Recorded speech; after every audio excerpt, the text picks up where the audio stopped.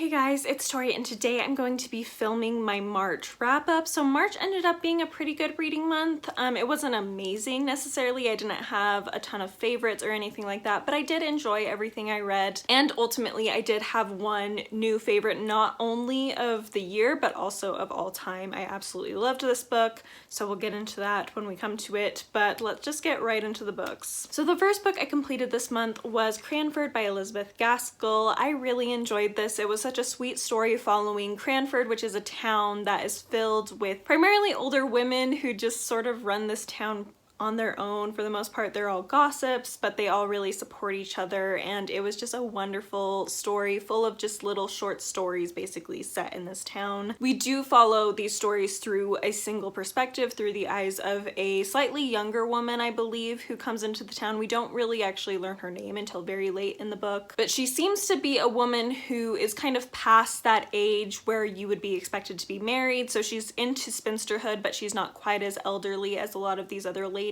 And she has regularly come to visit the town and the women there, so she is able to get into a lot of situations with these women, as well as just learn these stories that are going on in this town. It was just a charming, fun, humorous read. It definitely made me laugh out loud multiple times. It was very engaging, easy to read. Elizabeth Gaskell has such an easy to read writing style, particularly for Victorian literature. And although it was humorous and fun, there were also moments of really beautiful emotion that is discussed about family and loss and death that I really appreciated, that was woven into the story in a way that didn't detract from the humorous and optimistic side of the story, but it did add a little bit more depth. I will say it's one that isn't necessarily going to stay with me. Probably it hasn't. It's not one I've thought about since finishing it very much. I don't remember a lot of specifics about it, but I do remember little parts of the vignettes that were told. And I would say that the characters, while really entertaining and interesting, overall didn't have necessarily a ton of depth to them. Although for how short it is, the depth is explored fairly well,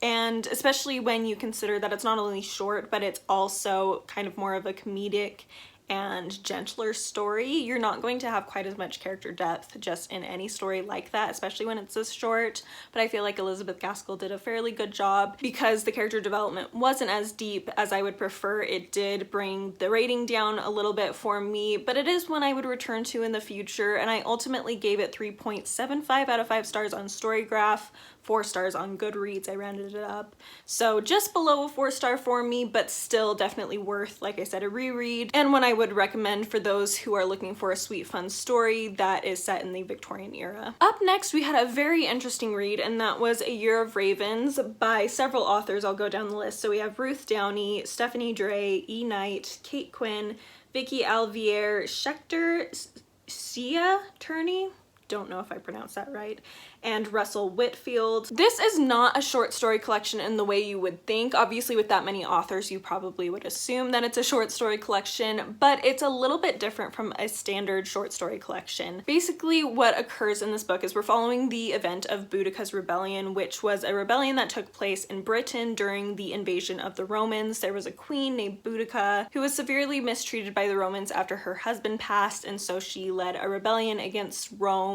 and really struck fear into the heart of Rome. Even though the rebellion ended up failing, she did do a lot more than what Rome expected from the Britons, which was, it's really interesting to learn about. And specifically the way they address this event is they do have several, I think it was 7 different short stories throughout this book, but they are told in chronological order and they all interweave. All the characters show up in other characters' stories, and so you're able to see that sort of storyline within the overall book, even though it technically is short stories. And so I really liked the way it was done. It kind of felt a little bit more on the lines of a book that's told in multiple perspectives. The only difference being that you're not returning to the other perspectives. Like once you're done with the perspective, you're done. There's only one perspective they return to later, which is the perspective they start with. So they start with actually Cartier Mandua, I think is how you pronounce it, and she was another queen ruling amongst the Britons at the time of Boudicca's rebellion who did not participate in the rebellion. And so we start with her perspective and end with her perspective, which really brought the whole book together, and I really enjoyed that. Plus her character was probably my favorite of the perspectives anyway,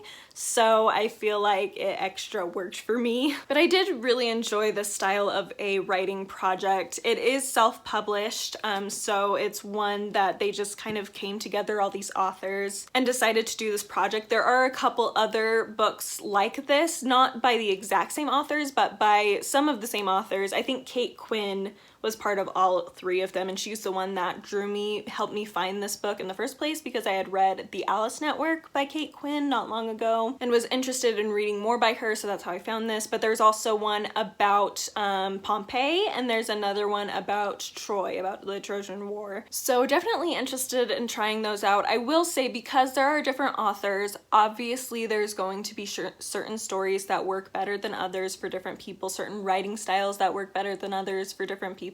Personally, there was at least one story in here that I really didn't love. I mean, it was fine. I didn't hate the story itself. I just didn't love the writing style, and it fell into this category that I really hate, where we have a young historical figure that we're looking at from their youth, and therefore the author assumes that because they're young, they must be obsessed with sex. And because he's also a soldier, he must also have horrible language and be swearing all the time and making sexual jokes all the time and just being promiscuous all the time. And the thing is with this, it's not just my assumption. In his author's note, the author of that particular story mentioned that because it's following Agricola, who was a tribune during this time, and he later became a little bit more famous in Roman history, which I don't know much about him personally, but I did recognize his name. And we're seeing Agricola as a young man, and the author put in his author's note that because we're following him as a young man, like later in life he's known to be very pious and good and whatever, but at the time of this rebellion he would have been young, so therefore he obviously had some promiscuous,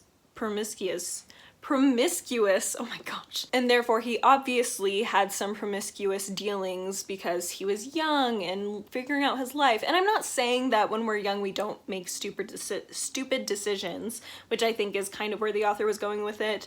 But it's just so common for authors or directors to turn teens and young adults into just sex-obsessed individuals, and it always annoys me. So that was in there, and like I said, just the language, obviously not everybody's going to be bothered by it. It was just too much for me. There was too much sexual innuendo and swearing for me personally in that particular story that I just preferred not to have been there. There were also at least one or two other stories that I enjoyed them overall, but the writing style didn't quite work for me. But like I said, that's to be expected in a book like this that has multiple different authors. And I did appreciate, though, the research that went into this book by all of the authors involved. I really appreciated their respect for really trying to explore the time period from all sorts of different perspectives, both within Rome as well as amongst the Britons, and it just made the whole situation, the war basically, much more real and nuanced, and I really appreciated that look at it. So I ended up also giving this 3.75 out of 5 stars on Storygraph and 4 stars on Goodreads. It was overall enjoyable to read, one I would recommend. Will I ever read it again? I'm not sure.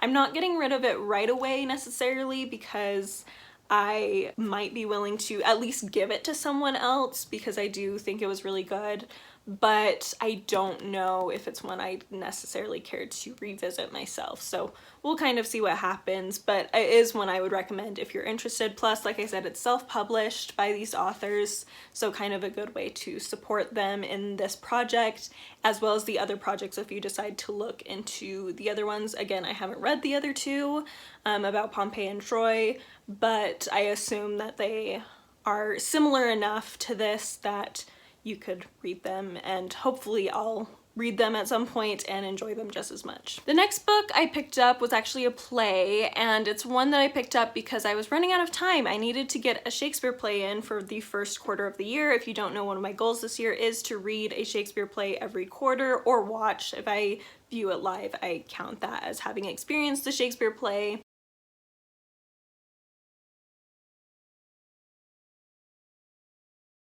But I was running out of time because it's March, so I ended up picking up and listening to / reading along with Titus Andronicus by William Shakespeare. This is a lesser known tragedy by Shakespeare, and I can understand why, because it is very violent. This story follows, it's a Roman legend or myth, I'm not totally sure, I don't know much of the background regarding it. But it's set in Rome, and we follow some warring individuals between the Goths and the Romans, and some warring family amongst the Romans, and them just basically attacking each other, punishing each other for the harm they have caused each other. And like I said, it's very violent. I can understand that for a long period of time, likely it was not a play that most people would want to perform or see performed, so it probably has fallen under the radar, and in recent years is kind of coming up again. It was really brutal, which is why I did end up giving it the same score, 3.75 out of 5 stars, around 4 stars, just under 4 stars, because I did really enjoy a lot about it. I think the Shakespearean writing in it was good. I think that the characters honestly were relatively well developed for a Shakespeare play. Not always are Shakespeare characters easy to see as far as development goes, but this one I actually did see, at least for some of them. It also did get me a little choked up, which I don't usually experience with Shakespeare plays, at least not with reading them, so I felt like that was really interesting. There was one character, I don't even remember her name, but she is the daughter of Titus Andronicus, and she is mistreated and just horribly treated, and so her story and everything really got me choked up. It was really emotional. For those who were wondering why I chose this one out of all of the Shakespeare plays I have yet to read, as there are many, I decided to go with this one because I had a professor actually in college back when I was in English major who said that this was her favorite Shakespeare play, and so I decided, I've always been interested in it because of her mentioning it. Additionally, I just recently read My Dark Vanessa, which I believe was in my February wrap-up, and really loved it, and Titus Andronicus is actually discussed in My Dark Vanessa, so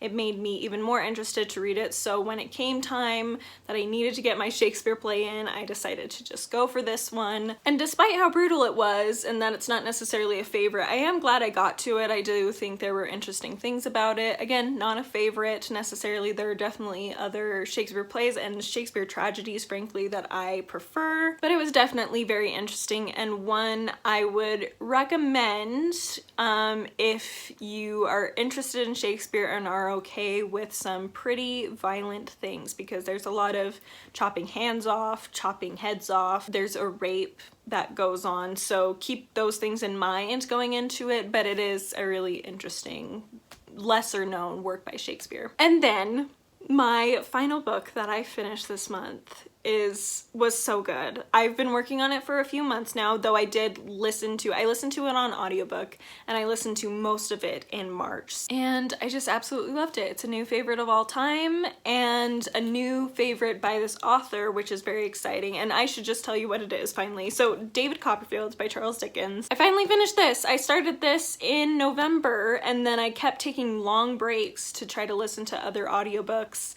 and then at the beginning of March, I was maybe like a couple hundred pages into it, and I was like, I just need to finish this dang book. So I did. I took the time to really listen through the whole thing. I finished on the very last day of March, and I absolutely adored this story. The story is really a coming-of-age story about David Copperfield as he grows up. He starts off in a pretty comfortable home as far as his mother is very caring.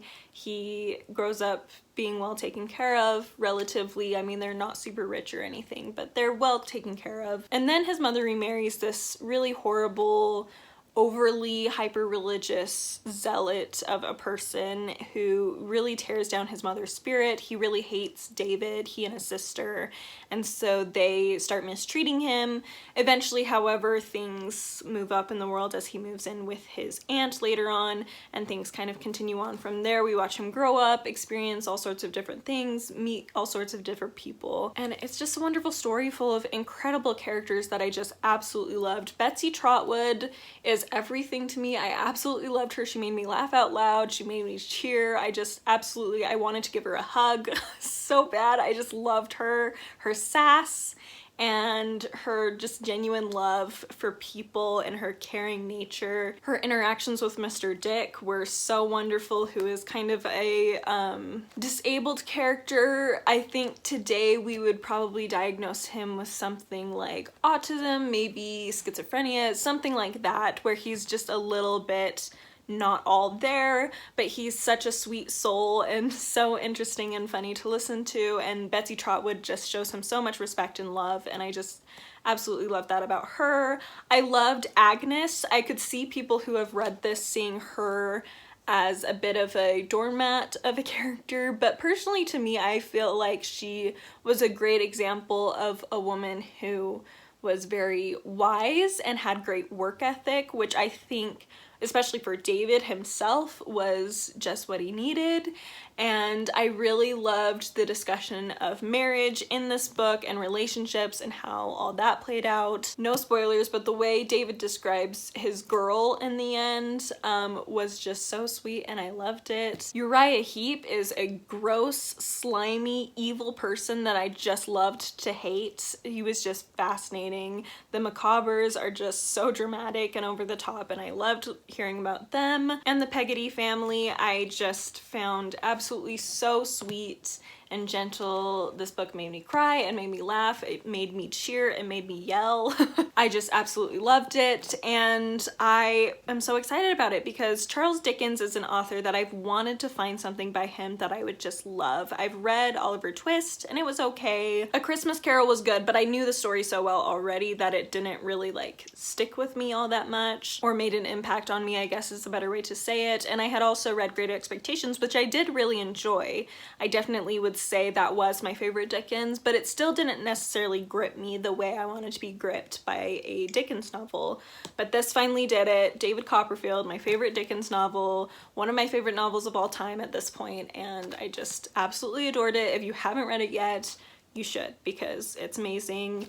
And I am so excited to reread it in the future because these characters just won my heart so fast. Even David himself as a main character, I feel like I haven't heard, when people have talked about this book, I haven't had people talk too much about David himself as a good character, but I really liked him. There was at least one point where he made me really angry because of some choices he was making, but I feel like it was still a sign that he was a good, interesting, and flawed yet lovable character. So anyway, I loved this, and that's all I'm going to say about it. It was a 5 stars, if you can't tell. And those were all the books I completed this month. However, I did get halfway through 2 others. So we had Bring Up the Bodies by Hilary Mantel, which is the sequel to Wolf Hall. I am hosting a read-along of this with Marissa from Blatantly Bookish and Emily from Novel Novels, and I did get to the halfway mark where I wanted to get, so I will be finishing that in April. And then Gone with the Wind is the other read-along I'm just personally hosting, and I got halfway through that like I was supposed to. We'll finish it in April as well.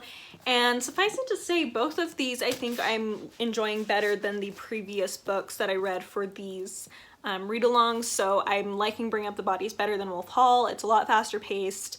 I'm feeling a lot more engaged, and I'm used to the writing style now, so I feel like it's just working better for me. Gone with the Wind, I still really loved Vanity Fair, but I think I am liking this better. The character depth is just better, and yeah, I'm really enjoying it. So that is it. That is what I read in the month of March. Let me know down below if you've read any of these, your thoughts on them, as I would love to know. Also, I will link down below my April TBR if you are curious to see where I'm going from here. Thank you again so much for watching. I hope you're having a wonderful week, and I will talk to you next time. Bye!